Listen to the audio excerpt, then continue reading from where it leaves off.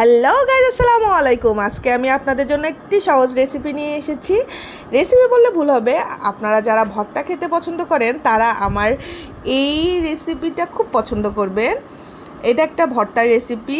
এই তো আলুগুলো তার সাথে রসুন মরিচ সব একসাথে সিদ্ধ করতে দিব। যারা আপনারা উত্তরবঙ্গের তারা তো অবশ্যই ভর্তা সম্পর্কে জানবেন।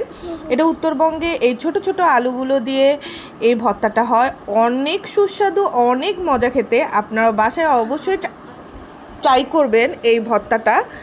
আর অনেক মজা, আর বানাতেও খুব সহজ।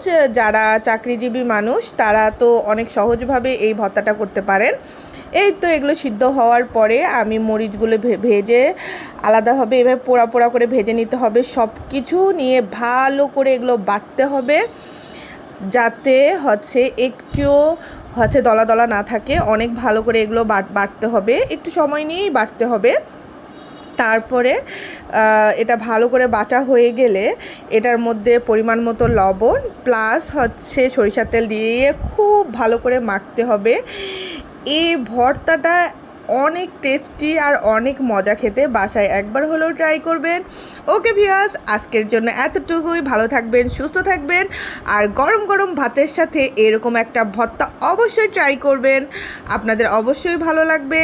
আর আমার সাথে থাকবেন, আমার ভিডিওগুলোতে সবসময় লাইক কমেন্ট এবং শেয়ার করবেন। আর আপনি যদি আমার চ্যানেলে নতুন হয়ে থাকেন অবশ্যই আমার চ্যানেলটি সাবস্ক্রাইব করবেন এবং পাশে থাকা বেল আইকনটি ক্লিক করবেন, যাতে আমার সব ধরনের ভিডিওগুলো খুব সহজভাবে দেখতে পারেন। আর আমার রেসিপিগুলো আপনাদের কেমন লাগে সেটা অবশ্যই জানাবেন। আর ভালো লাগলে অবশ্যই অবশ্যই একটা লাইক কমেন্ট এবং করবেন। আর এই দেখেন আমি গরম গরম ভাতের সাথে ভর্তা খাবো। ওকে ভিউয়ার্স, আজকের জন্য এতটুকুই। ভালো থাকবেন, সুস্থ থাকেন। আল্লাহ হাফেজ।